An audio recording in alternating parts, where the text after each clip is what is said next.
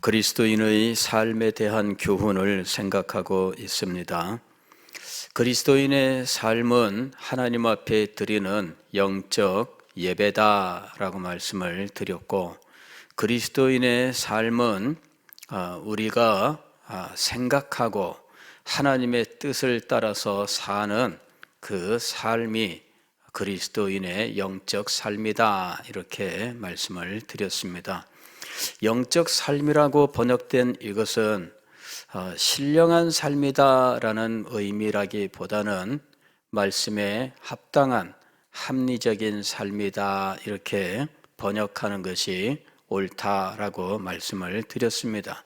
즉, 그리스도인의 삶은 우리에게 주신 하나님의 구원의 은혜와 하나님의 거룩하신 성품을 생각하고 하나님께서 이 땅에 이루기를 원하시는 하나님의 경륜, 하나님의 역사 계획, 이런 것들을 모두 살피고 생각하고 그 바탕 위에서 하나님의 뜻을 분별하여 행하는 것으로 이루어진다라는 것입니다. 그리고 그리스도인의 삶은 공동체, 교회 공동체에서 시작된다라는 사실을 3절 이하에서 생각을 했습니다. 그리고 그리스도인이 받은 모든 은사들은 바로 이 공동체를 섬기기 위한 것이다 라는 사실을 함께 생각을 했던 겁니다. 자, 14절부터 21절까지는 이제는 이방 세계와의 관계에 대해서 말씀을 하고 있습니다. 이방 세계에 대하여는 14절에서 말씀하고 있는데, 너희를 박해하는 자를 축복하라 하는 말씀이 바로 이방 세계에 대한 말입니다. 이 박해하는 자라고 하는 것은 같은 교회를 이루는 지체들을 의미하는 말은 분명히 아니죠. 박해하는 자는 바로 세상 사람이라고 보아야 합당한 겁니다. 우리는 이 세상과 화목한 관계에 있지 않습니다. 저는 우리 시대를 보면서 교회에 대해서 이 시대의 젊은이들이 굉장히 적대적인 태도를 가지고 있다 하는 것에 대하여 참 답답한 마음을 금할 길이 없습니다만은, 그러나 사실은 이것은 막을 길이 없는 것입니다. 우리가 아무리 잘해도 사실은 교회에 대하여 이런저런 비방과 핍박은 없어지지 않는다 하는 겁니다. 사실 저는 이제 우리 교회가 우리 교회는 특별히 우리 사대신교회를 말하는 것이 아니라 이제 한국 교회, 이 기독교회가 이제 정치적인 입장을 취하는 이런 면에서 일부 목사님들과 일부 교회들이 이제 이런 일에 참여하는 일들을 통해 이 시대의 젊은이들과 함께 호흡하는 일에 실패했다라고 생각을 합니다. 이전부터 벌써 10년도 훨씬 넘게 저는 교회의 이름으로, 예수 그리스도의 이름으로 정치의 영역에 참여해서는 안 된다라고 말씀을 드렸습니다. 그때 얼마나 많은 일들이 있었습니까? 그냥 교회가 대한민국을 지켜야 된다 이러는 이야기를 하면서 그냥 교회 아니면은 대한민국이 곧 망한다, 대한민국은 교회가 세운 국가다, 먼저 이런 식으로 이야기하면서 그냥 광화문으로 모여라, 시청 앞 광장으로 모여라, 이런 일들이 있었고요. 그런 모임에서 일부는 예배를 드리고 이부는 이런 정치인들의 이런 정치 집회를 하고, 이렇게 해서 일부 예배는 기독교식으로 여러 목사님들이 나와서 순서를 맡고 그 교회 성도들을 모으고 이런 일들이 있었습니다. 저는 그런 현상에 대하여 이는 바람직하지 않다라고 말씀을 드렸습니다.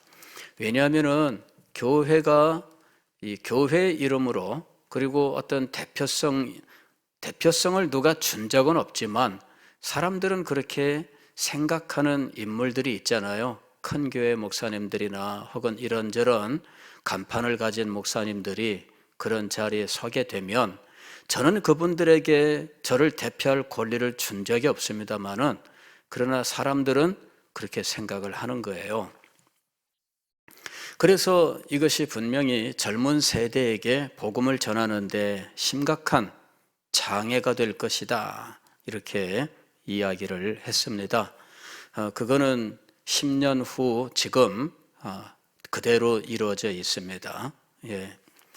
최근에도 어떤 분은 정당 정치에 깊이 관여를 해서 뭐 정치인들 뭐 다 내 말 들어야 된다 뭐 이제 이러는 뭐 이 상황까지 갔습니다.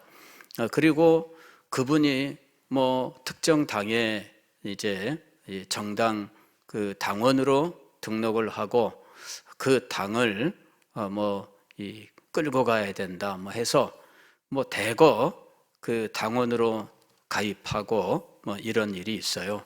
그래 그 당의 일정 부분이 이제 이 분의 주장에 의해서 뭐 움직이는 이제 이런 모습도 보여주고 있습니다. 다 저는 부정적입니다. 그래서는 안 됩니다. 대한민국은 교회가 지키는 게 아니에요. 국군이 지키는 거죠.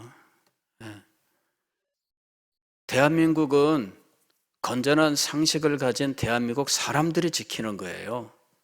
물론 근본적으로는 하나님께서 지켜주셔야 되는 거지만 그렇다고 해서 교회가 총칼 들고 나가서 지키는 거 아닙니다.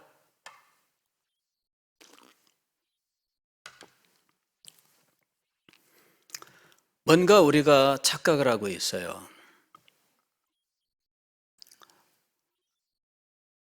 한 나라의 흥망성쇠는 하나님의 수중에 달려 있는 것이 맞습니다. 그러나 하나님께서 일반 은총의 영역에서 이 나라들을 다스려 나가실 때 그 나라 사람들의 건전한 상식 속에서 일들이 진행되게 하신 거예요. 물론 그 안에 살고 있는 그리스도인들이 특별한 사명의식을 가지고 행할 수 있지만 그러나 우리가 부름받은 자리는 대한민국을 지키는 자리가 아니에요.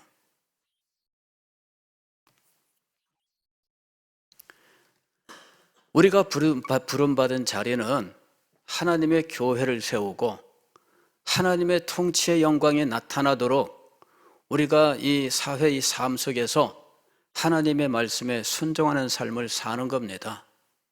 그걸로 우리가 주께 받은 사명을 감당하는 거예요. 그렇게 살면서 우리가 국민으로서 이 사회의 정치 영역에서 해야 될 어떤 일들이 있다면 건전한 판단을 가지고 행하면 되는 것입니다.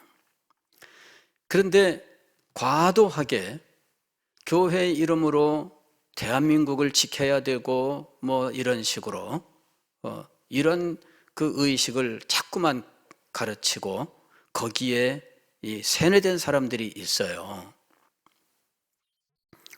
신학교에서 제가 강의를 하는데 어떤 분이 질문을 합니다. 목사님, 대한민국은 교회가 세운 거죠? 기독교가 세운 거죠? 아닙니다. 그랬더니 심각하게 도전을 해와요. 기독교가 세운 거 아닙니까? 끝까지 우기면서 기독교가 세운 게 아닙니다. 대한민국을 건국한다 할 때 기독교인들이 많이 참여한 거 맞습니다. 대통령이 된 이승만 씨가 기독교인인 것도 맞습니다. 그분이 대통령 취임 선서를 할 때 미국 대통령 취임 선서 예를 따라서 성경 위에 손 얹고 선서한 것도 맞습니다. 그러나 교회가 대한민국을 세운 것은 아닙니다. 그리고 교회가 대한민국을 세울 사명을 가지고 있는 것도 아닙니다. 이 영역을 우리가 분명히 분별할 수 있어야 돼요. 우리는 국민으로서 이 국가의 의무라고 하는 것들을 잘 감당해야 될 필요가 있습니다. 그것은 우리가 이 세상에서 살아가야 되기 때문이에요. 그러나 그것 자체가 교회의 삶하고 동일한 건 아닙니다. 이런 것들에 대해서 많은 분들이 분별하지 못하는 모습들을 보여주고 있다 하는 것입니다. 우리는 교회의 이름으로 그렇게 하면 안 돼요. 그리고 목사님들이 정치인이 되어야 할 것처럼 하는 이런 분들도 없는 건 아니에요. 그러나 목사님들이 정치인이 되어야 하는 것은 아닙니다. 오히려 목사는 목사의 본분이라고 하는 것이 무엇인지를 분명히 해야 됩니다. 교회를 섬기는 것이 목사의 본분이에요. 그 본분을 다하고 정치를 하려면 목사 신분을 내려놓고 정치를 하러 가야 돼요. 어떻게 하다 보니까 이 박해하는 자 얘기를 하다가 여기까지 왔는데, 말씀의 의도는 무엇이냐 하면은, 교회는 세상으로부터 좋은 소리를 못 듣는 것은 당연하다 하는 것입니다. 당연하다. 우리가 아무리 피하려고 해도 피할 수가 없는 것은 이방 세계로부터 비난받고 멸시받고 박해를 받고 거부를 당하고 이러는 일들은 필연적이다 하는 거예요. 그러나 저는 이것을 피하기 위해서가 아니라 복음을 전파하기 위해서, 복음을 전파하는 데 장애를 최대한 낮추고 없애기 위해서 우리들이 해야 될 일이 있다라는 것입니다. 지금 사도도 14절 이하에서 바로 그 문제를 이야기하고 있는 거예요. 교회가 공동체로 지상에서 존재합니다. 그리스도인의 삶은 공동체 안에서 공동체 교회를 그리스도 몸으로 영광스럽게 세우는 그 일을 위하여 그리스도의 인격, 신앙 인격도 공동체를 세워나가는, 즉 그리스도의 몸을 영광스럽게 세우는 일을 위하여 노력하는 가운데 연단받고 단련받고 변화되고 성장하게 되어 있습니다. 그리스도인의 신앙 인격은 교회를 떠나서 만들어지는 것이 아닙니다. 교회 안에서 만들어지는 거예요. 교회 안에서 다른 지체들과 때로는 부딪히기도 하고 또 때로는 서로 사랑하면서 이 갈등과 사랑 속에서 우리의 신앙 인격이 연단받으면서 변화되는 거예요. 그래서 그리스도인의 신앙 인격은 교회가 없는 곳에서 만들어지는 게 아닙니다. 교회 안에서 만들어지는 거예요. 교회 안에서 깨달음을 얻고 교회 안에서 부딪히고 교회 안에서 깨어지고 그러면서 부드러워지고 온유하여지고 겸손하게 되고 사랑이 충만하게 되고, 이게 다 교회 안에서 훈련받는 겁니다. 그렇게 훈련된 사람이 세상에 나아가면 세상 사람들은 도무지 어떻게 저런 인격자가 됐느냐 할 만큼 그리스도인의 신앙 인격은 세상 사람들이 상상할 수 없는 아주 높고 아름다운 자리까지 올라가는 거예요. 이 모든 것들은 공동체 안에서 이루어지는 것입니다. 그러나 필연 우리는 이 세상에서 교회 밖에 있는 사람들과 함께 살고 있는 겁니다. 그들과의 관계가 있는데 그 관계는 기본적으로 갈등 관계다라고 하는 거예요. 그리고 이 갈등이 깊어지면 욕도 나오고 손가락질도 하고 심지어는 박해와 핍박과 더 나아가서는 죽이는 데까지 가게 되는 거죠. 그것이 세상과의 긴장 관계예요.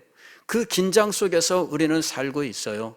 예수님께서도 말씀하셨습니다. 너희가 나를 따라오면 세상에서 이생의 복을 받지만 그러나 이 세상에서는 환난과 핍박을 받을 것이다 라고 말씀을 하셨어요. 왜냐하면 세상이 예수 그리스도를 미워했기 때문이죠.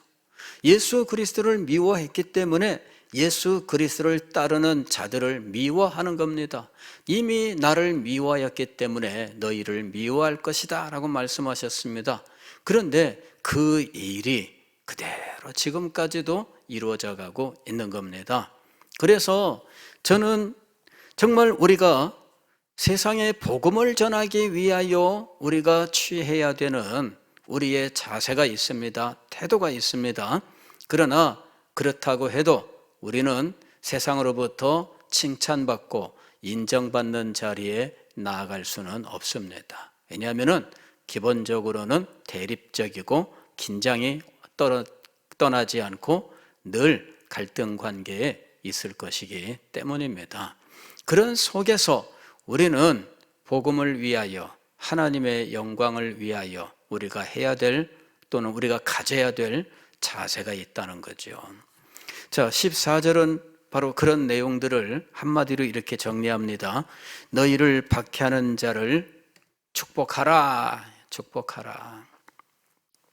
저주하지 말고 이렇게 돼 있습니다. 저주하지 말고 축복하라. 이거는 말입니다. 말을 어떻게 할 것이냐. 우리는 누군가에게 참 어떤 그 불이익을 당하게 되면 무심코라도 우리의 입에서 참 욕이 나오고 뭐 불평불만이 나오고 안 좋은 소리가 나오겠죠. 이것이 모욕이라면은 그 모욕을 견디기가 힘들잖아요. 멸시라면 멸시를 견디기 힘들죠. 때로는 이것이 물리적인 폭력으로 나타나면 뭐 우리는 대항을 해야 되지 않을까 이리 생각을 합니다. 그러나 성경의 교훈은 우리로 하여금 대항하라 하고 말씀하지 않으셨다는 거죠. 어떨 때는 바보 같다는 생각이 들지 않겠습니까? 아니 그렇게 나오면은 우리도 뭔가 좀 대항해야 되지 않을까 이런 생각을 갖게 되지 않겠습니까? 그런데 성경은 그런 것이 아니라 오히려 축복하라 이렇게 말씀하고 있습니다. 축복하고 저주하지 말라. 이건 다 입으로 하는 겁니다. 우리가 입으로는 어떻게 하라? 축복하라. 그 다음에 15절부터는 이 삶의 자세, 이 사람들과 어떻게 할 것이냐, 더불어 살아가라 하는 이야기예요. 더불어 살아가라. 세상을 떠나고 세상과 등지고 사는 것이 아니라 세상 속에서 더불어 살아가야 된다. 이것이 15절 말씀이에요. 즐거워하는 자들과 함께 즐거워하고 우는 자들과 함께 울라. 안 믿는 사람이 교회 욕하고 핍박하던 사람인데 일이 안 됐어요. 그래 뭔가 집안에 우환이 생겼거나 사업이 망했거나 뭔가 안 좋은 일이 생겼어요. 그럼 우리는 어떤 마음을 가져야 될까요? 쌤통이다 그래야 될까요? 아닙니다. 오늘 말씀은 뭐라고 얘기해요? 우는 자들로 함께 울라. 그럴 때에는 함께 하는 거예요. 자, 이 사회적으로도 큰 비극이 임할 수가 있습니다. 가령 뭐 최근에는 이태원의 이 압사 사건도 있었고요. 또 몇 년 전에는 또 뭐 이 세월호 사건 같은 것도 있었고요. 그 외에도 지진이라든지 기타 많은 재해들이 일어나고 있습니다. 그때 많은 사람들이 정말 얼마나 큰 어떤 슬픔과 고통을 겪게 되는지 모릅니다. 그럴 때 우리는 어떤 자세를 가져야 할 것인가 하는 것입니다. 예, 그들에게 대하여 어떻게 해야 된다고요? 우는 자들로 함께 울라. 즉 그 고통의 자리에 함께 참여하고 그 슬픔을 함께 감당하고 또 그들의 슬픔을 위하여 우리가 할 수 있는 일들을 해야 된다 하는 것입니다. 그것이 우리가 이 이방 사회, 즉 이 불신자들과 이 세상에서 함께 살아가는 삶의 자세여야 한다는 거예요.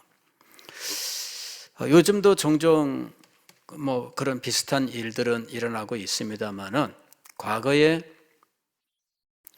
그 2001년인가요? 2002년인가 언제 그 인도네시아 쪽에서 쓰나미가 발생해 가지고 이게 엄청난 사람들이 죽었잖아요. 이제 그때 이제 어느 교회 목사님이 설교하면서 하나님의 심판 이제 이런 것들에 대해서 말씀을 했습니다. 근데 또 그때 사실은 그런 목사님들, 큰 교회 목사님들 설교를 모니터링하는 일들이 있습니다. 주로 이제 이 정치적으로 이제 이 좌파 성향을 가진 이 사람들 중에 교회를 집중적으로 감시하고 그 설교를 모니터링해서 그것을 짜깁기 하고 이것을 이렇게 올리는 SNS 올리고 또는 뉴스화하는 이런 일들이 있었습니다. 계속 진행형이죠. 그리고 그때 이분이 그 설교를 그리 한 거죠. 하나님의 심판 이제 이런 것들에 대해서. 그리고 안 믿는 이 이슬람 국가에 하나님의 심판이 임한 이제 이런 식의 어떤 내용이 된 거예요. 사회적으로 굉장히 문제가 됐죠. 이 기독교는 참 너무 잔인하다. 뭐 이제 이런 이야기들. 그래요. 뭐 교리적으로는 하나님의 심판을 우리도 믿습니다. 그리고 이 세상에서 일어나는 재앙들은 인간이 타락한 결과 찾아오게 된 죄의 그 형벌 중에 하나지요. 이제 우리는 그건 교리적으로는 맞아요. 그러나 그런 비극의 순간에 물 만난 것처럼 그렇게 설교할 필요는 없다 하는 거죠. 사실은 평소에 가르쳐야지. 우리는 평소에 가르치는 것이지 그런 순간에는 그 아픔과 비극에 대하여 동참하는 마음의 자세를 보여주는 것이 지혜로운 것이다 하는 것입니다. 물론 저는 그분들이 그 아픔을 외면했기 때문에 그렇게 말씀한 건 아니라고 봐요. 가르침의 의욕이 있기 때문에 그렇게 했던 것이지 실제로 그분들은 저보다 더 그 아픔에 앞장서서 도움의 손길을 뻗치는 분들이었어요. 그런 분들은 교회에서 신속하게 구호 물자들을 마련하고 당장 사람들을 파송하고 그렇게 해요.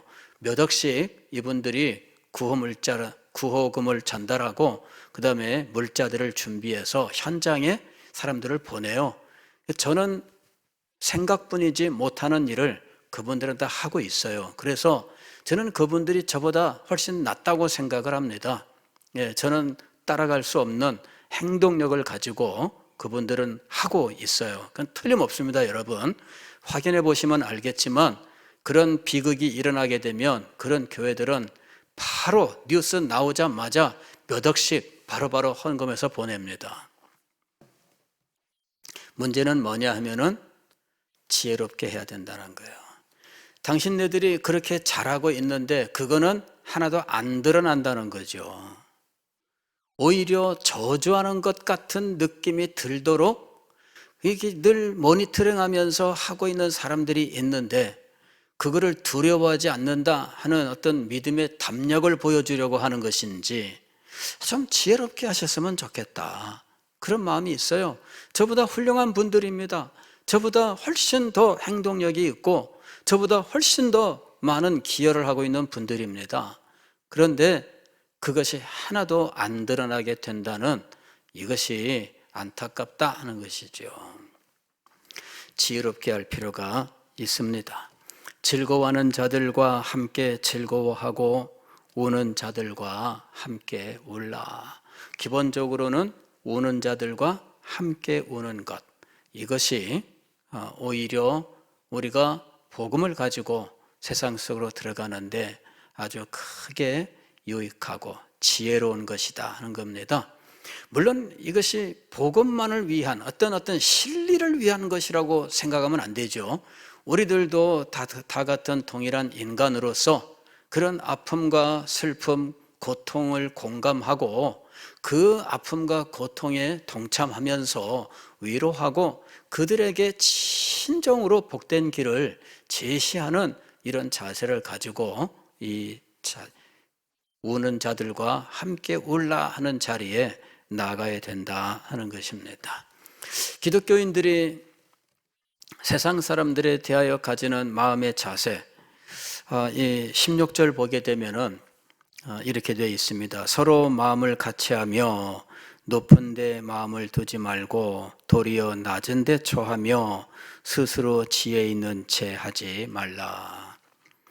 이게 이제 이 우는 자들과 함께 울라 하는 말씀과도 비슷한 것인데, 기독교인들은 마치 세상의 원리를 다 아는 것처럼 가르치려 드는 이런 특성들을 많이 보여줍니다.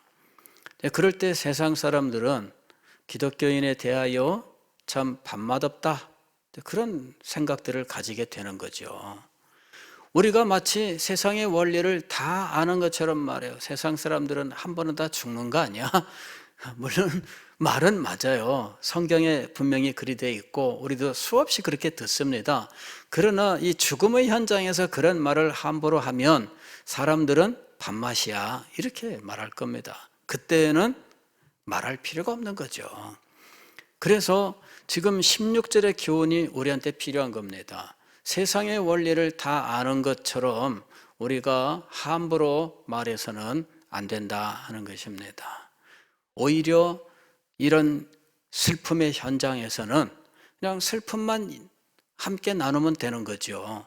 근데 그런 자리에서 우리가 복음을 전한다는 어떤 의도가 있어요. 그러면서 사실은 가르치고자 하고 뭔가 결론을 내려주려고 하고 이제 이런 자세를 갖기가 쉬운 거죠. 사실 믿음이 좋다고 하는 그리스도인들은 사실 그런 경우들이 참 많아요. 그래서 오늘 우리의 이 교훈이 참 필요합니다. 겸손하라 하는 것이죠. 겸손하라. 그 상황에서는 겸손한 것이 맞는 겁니다. 겸손해서 오히려 그 슬픔만을 같이 나누는 모습을 보여준다면, 그러면 오히려 그 사람들이 더 깊은 공감의식을 가지고 가까이 더 다가올 수 있게 되는 거죠. 그런데 그 슬픔의 자리에서 가르치려고 하면, 그러면 오히려 반발만 일으키고 결국 결론은 무엇이냐면은 야, 예수쟁이들은 할 수 없어 이런 말을 하게 되는 거예요. 자, 세상 사람들과 더불어 살아가는 데에는 지혜가 필요한 겁니다. 지혜가 필요한 거예요. 우리들의 믿음만을 강조해서 세상 사람들에게 역시 기독교인들은 할 수 없다는 인상을 주는 이런 모습은 결코 지혜로운 모습은 아니다 하는 것입니다. 자, 17절. 자, 계속해서 이 14절에 축복하라 하는 이 원리를 이렇게 설명합니다. 아무에게도 악을 악으로 갚지 말고 모든 사람 앞에서 선한 일을 도모하라. 뭔가 보복하고 싶은 마음, 이게 우리들한테 있습니다. 그럴 때마다 우리가 생각을 해야 됩니다. 이것은 우리의 마음 속에, 우리의 육신 속에 여전히 남아있는 이 죄의 본성 때문이다. 이것을 우리가 알아야 돼요. 복수는 당연한 원리가 아닙니다. 우리가 오히려 이 보복하고자 하는 마음이 일어날 때, 그때 우리는 오히려 자기 자신이 여전히 죄 가운데에 매여 있다라고 하는 이 사실을 깨닫고 오히려 하나님 앞에 회개하는 자리에 나아가는 것이, 이것이 온당합니다. 뭐 꼭 세상 사람들하고의 관계뿐만 아니라 우리 기독교인들 사이에도 그런 일이 있습니다. 기독교인들 사이에도 그런 마음이 들 때에는 어떻게 하라? 회개하라. 회개하라. 참 우리는 어쩔 수 없어요. 우리는 참 어쩔 수 없습니다. 저는 목사로서 저도 참 이 수십 년 동안을 지내왔음에도 아직도 버리지 못하는 이런 것들이 있고요. 세월이 흐르면 흐를수록 버리는 것이 아니라 더 붙들고 있다 하는 것을 깨닫게 되고, 그러면서 참 갈수록 더하구나 이러면서 회개를 합니다. 그런 생각이 안 들 수는 없는 것 같아요. 우리가 여전히 죄의 본성이 있는데, 다만 그때 우리에게 깨달음이 있느냐 하는 겁니다. 깨달음이 있느냐. 나이대에 따라서 더 힘들어지는 부분도 있는 것 같아요. 과거에 공자는 60이 되면은 이순, 무슨 말을 듣든지 다 순리로 듣고 이제 이렇게 이야기를 했는데, 저는 가만히 보니까 60이 되니까 아집이 더 강해진 것 같았어요. 60대 이상 되는 분들은 너무 아집이 많고 대접받고자 하는 마음이 강하기 때문에 이게 더 힘들어지는 것 같더라고요. 그래, 저도 이제 세월이 흐르면서 저도 이제 그런 나이로 이렇게 진행해 나가면서 정말 이게 쉬운 게 아니구나. 나이가 들면은, 저는 60대가 되면은 다 이순이 되는 줄 알았어요. 근데 아니더라니까요. 조금 거스르는 소리도 못 듣는 거 있죠. 그게 60이더라고. 저는 최근에 문득 그런 깨달음을 얻었어요. 다음 세대를 믿음 위에 세우며 진리로 양육하자. 근데 이게 지금 교회의 위기는 꼭 다음 세대에만 있는 것이 아니다 하는 것을 문득 발견하고 깜짝 놀랐어요. 사실은 이 노년 성도들, 이 노년의 믿음 생활에 대하여 이 제대로 우리가 훈련이 없다. 그래서 노년에 대한 준비가 없는 거예요.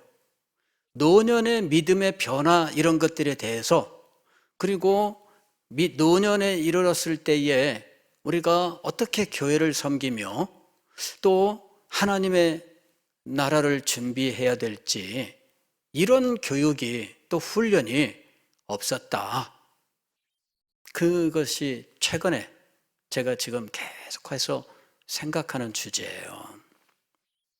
알고 보니까 노년 성도들 비율이 지금 압도적으로 많은 상황인데, 이 노년 성도들의 믿음에 심각한 이런 어려움들이 있다는 거예요. 건강 문제가 일단 가장 크고요. 건강 문제로 인해서 이 노년 성도들이 겪고 있는 문제들, 이건 상상 이상입니다. 이런 문제들이 있고요. 그 다음에 은퇴의 문제가 있습니다. 은퇴의 문제. 은퇴하게 되면 상실감이 커요. 근데 이 은퇴를 대비하여 이것을 어떻게 준비해야 되느냐, 이 부분에서 사실은 제대로 우리가 교육을 못하고 있다. 아니면 우리보다는 제가 못한 거예요. 제 잘못입니다. 잘하고 있는 분들도 있어요. 근데 제가 못한 거예요. 제가 최근에 깨달은 게 그겁니다. 노년 성도들은 점점 비율이 높아지고 있는데, 노년에 이르렀을 때에 어떻게 내가 믿음 생활을 하고 교회에 섬김을 해야 될 것이냐. 노년에 이르면 많은 변화가 일어나요. 그 건강의 문제도, 경제적인 문제도, 그 다음에 이 은퇴라고 하는 이 헌신의 양상도 다 변하게 되는데, 이런 것들에 대하여 준비할 수 있도록 미리 훈련을 못 시켰다. 이게 정말 필요하고, 앞으로 점점 더 노년 비율이 늘어갈 텐데, 이것이 제대로 안 되면 앞으로 우리 교회는 노년들 때문에 아마 더 큰 문제들이 임할 것이다. 왜? 설상가상이란 말이 있잖아요. 엎친 데 덮친다.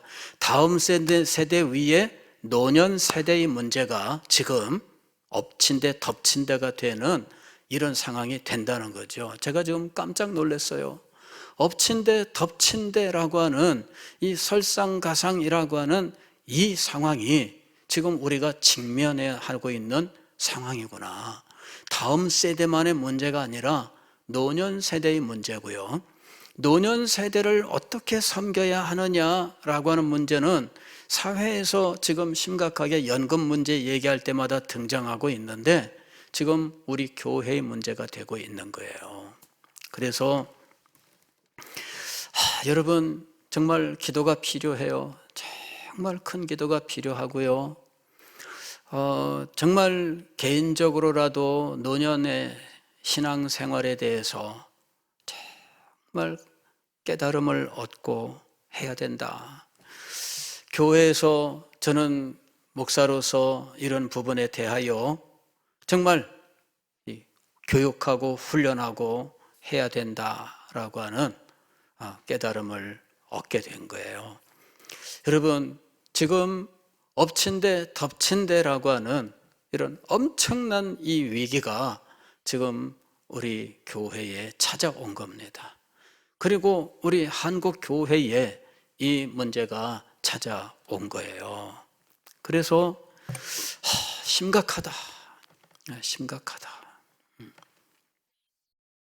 노년 세대에 대해서 그런 깨달음을 얻고 보니까 문득 이런 여러 가지 현실들이 눈에 보이는데 노년 세대는 외로워요.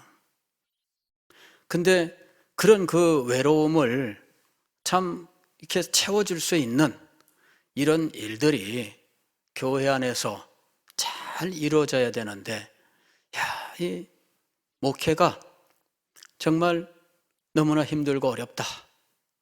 그런 생각을 합니다. 여러분 문제만 보는 것이 아니라 이런 문제들을 어떻게 잘 대처하고 또 아름답게 해결해 나갈 것이냐. 그래서 우리 교회가 정말 그리스도의 영광된 몸으로서 어떻게 나타날 것이냐. 이 부분에 대해서 정말 고민하고 더 노력해야 되는 상황이다.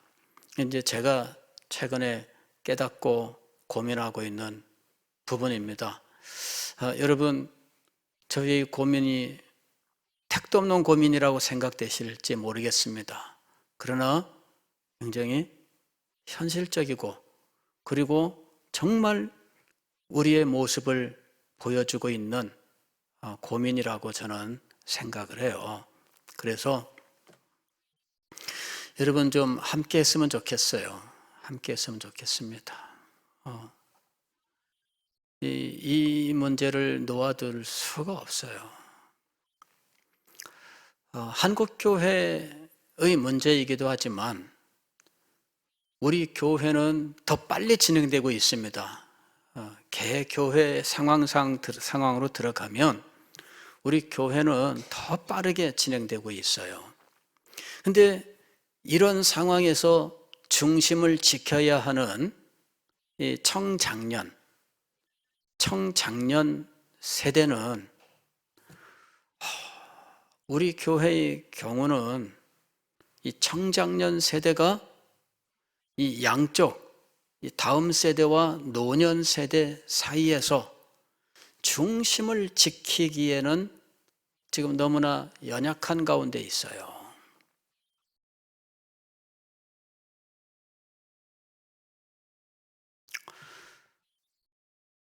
어떻게 해야 될까 고민이 많습니다. 여러분이 이런 위기를 인식하고 저와 함께 이 위기를 인식하고 이 문제를 풀기 위해서 함께 하지 않으면 정말 우리는 얼마 안 되어서 우리가 후회할 그런 상황이 임박해 있다, 이렇게 보는 거예요. 제가 너무 비관적으로만 보는 것일 수 있습니다. 그러나 일단 그런 모습을 볼 수 있어야 저도 더 기도하고 더 노력하고 그리고 더 몸부림칠 수 있지 않겠습니까? 근데 이 일에 함께 하시는 분들이 있어야 돼요. 함께 하시는 분들이 있어야 돼요. 15절, 즐거워하는 자들과 함께 즐거워하고 우는 자들과 함께 울라. 저는 이 말씀을 기본적으로는 이방 세계와 더불어 살아가는 삶을 살라, 이렇게 말씀을 드렸지만, 그러나 우리 교회 내부적으로도 이 말씀은 분명한 겁니다. 그죠? 함께 해야 돼요. 이런 현실들을 우리가 정말 눈을 뜨고 좀 볼 수 있어야 돼요. 눈을 뜨고 볼 수 있어야 돼요. 저는 이런 상황에서 무슨 고집을 피우고 무슨 어떤 서로 대립을 하고 그 다음에 누가 먼저 굴복하나 보자 이러고, 저는 그럴 상황이 아니라고 봅니다. 누구든 보는 사람은 달려가야 돼요. 지금 아이가 절벽에 위태롭게 지금 아장아장 걸어가고 있다면, 그렇다면 누구든 먼저 본 사람이 달려가야 되는 거잖아요. 그죠? 예. 누군가 지금 급료에 막 지금 휩쓸릴 상황이라고 하면 누구라도 먼저 달려가서 손을 붙잡고 그 사람을 끌어내야 되는 것이잖아요. 예. 지금 우리 교회 혹은 우리 성도들의 신앙이 바로 그런 위기 상황에 있다는 것을 우리가 인식한다면 누구든 먼저 달려가야 된다고 봅니다. 그렇죠? 예, 누구든 먼저 달려가야 되는 거예요. 그건 미룰 것이 아니고요. 서로 네가 먼저 해라, 네가 먼저 힘써라, 이렇게 할 문제도 아니고요. 예, 누구든 먼저 가야 될 일이다, 이렇게 보입니다. 여러 가지로 말씀하는 중에 최근에 도전이 있어서 새롭게 주님께서 저에게 깨닫게 하시는 부분들이 있어서 말씀을 전하는 중에 함께 이야기했습니다마는, 공동체를 정말 그리스도의 영광된 몸으로 바로 세우는 일과 하나님 나라 백성으로서 이 세상에 하나님의 통치의 영광을 나타내는 이 양면적인 사명을 우리들이 가지고 있는데, 사도 바울은 그리스도인의 삶을 교훈하면서 이 양면을 지금 말씀하고 있는 거죠. 교회 공동체의 삶에 대해서 13절까지, 14절부터는 하나님 나라 통치의 영광을 나타내는, 하나님의 통치의 영광을 나타내는 그리스도인의 삶에 대해서 교훈하고 있습니다. 이 모든 교훈들은 내적으로는 우리에게 다 공통으로 적용될 수 있는 것들이에요. 그래서 여러분, 우리는 주님께서 보여주시는 이 시대 상황, 그 속에서 우리들이 어떻게 해야 될지 주님 앞에 기도하고 주의 인도하심을 받아야 되는 이런 상황에 있다 하는 것을 꼭 기억하시고, 여러분, 기도하는 일에 힘쓰고, 그냥 우리가 이전까지 기도하던 그 상태에서 그냥 기도하는 게 아니에요. 각성된 상황에서 기도해야 돼요. 새로운 깨달음 속에서 기도해야 돼요.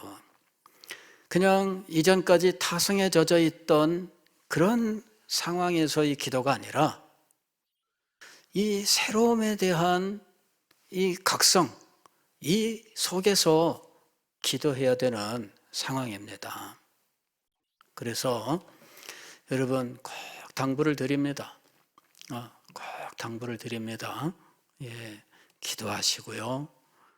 정말 이런 현실들 여러분 같이 보고 같이 안타까워하고 그리고 함께 이 문제들 해결을 위해서 우리들이 어느 정도나 기여할 수 있을까? 우리는 너무 약하잖아요.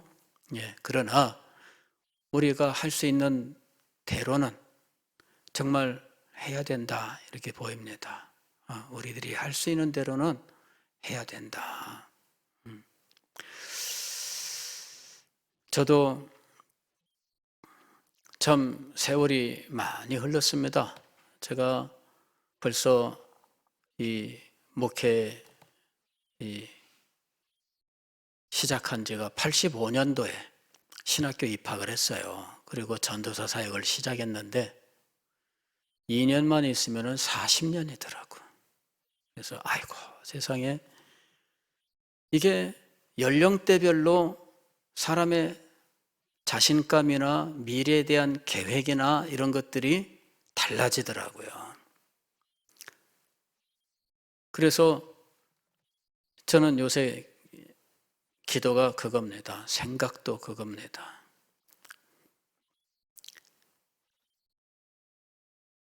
세월이 흐를수록 믿음을 버리는 자가 되어서는 안 된다. 예.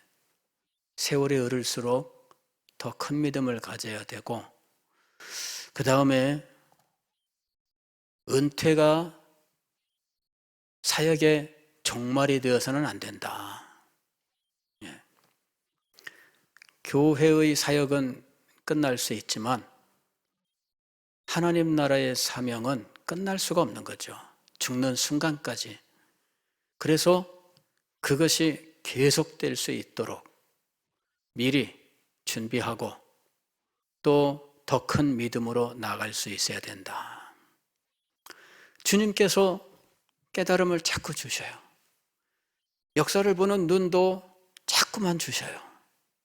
교회를 보는 눈도 자꾸만 보여주셔요. 주님, 저는 능력이 없는데 왜 자꾸 보여주십니까? 보여주시면 나가서 해야 되잖아요. 능력은 없는데 상황은 안 되는데 왜 자꾸 보여주십니까?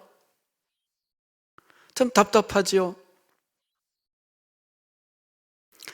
그러나 보여주셨으니 말씀을 전해야 되고 말씀을 전했으니 할 수 있는 대로 또 해야 됩니다.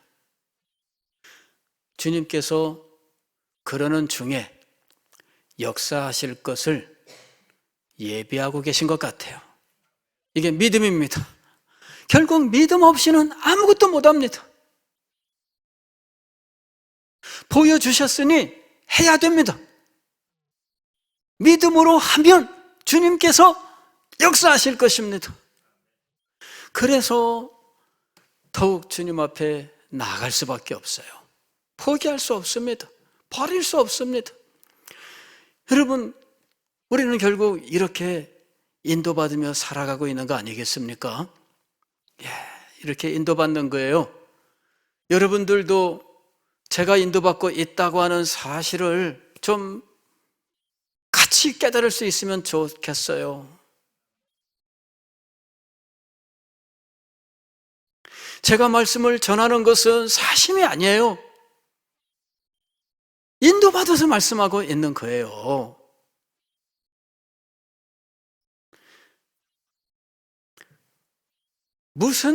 무엇을 제가 더 바래서 사심을 가지고 이야기를 하겠습니까? 아닙니다, 여러분.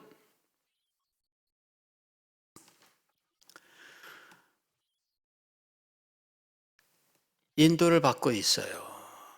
어떨 때는 주님, 저는 너무 약하고 아무것도 아닌데 보여주시면 어떡하십니까? 할 수 없는 거예요. 보여주셨으니 전해야 되는 거죠.